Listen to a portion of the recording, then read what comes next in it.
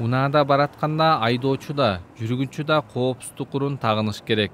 Аны сактануу үчүн эмес, айып пул төлөбөш үчүн гана тагынгандар да бар. Ал түгүл аны тоскоолдук катары карагандар да кездешет. Коопсуздук көп жерде мешать этет да, ошол бир аз бар. Ата тагыныш керек. Эми өзүбүздүн коопсуздугубуз, өзүбүздүн ден соолугубуз үчүн тагынабыз.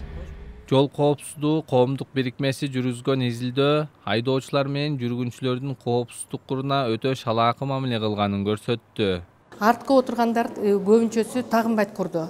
Артта көбүнчөсү аялдар отурат. Артта көбүнчөсү балдар отурат. Жана автокреслону көп учурда ал жок. Анткени аны ар кандай жоопторду берип атышат. Аны сатып алуу өтө кымбат. Аны деген местанын баарын занимать этет. Аны колдонбой койсо деле болот. Баланы автобуска алып деле кете берсек болот деген жооптор болду. Өткөн жылы Кыргызстанда 6000ге жакын жол кырсыгы катталып, анда 716 адамдын өмүрү кыйылды.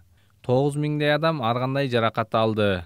Коопсуздук курун курчанбай жүрүү айдоочулар эң көп бузган эреже болуп саналат. Былтыр ушундай 260 000 эреже бузуу катталган.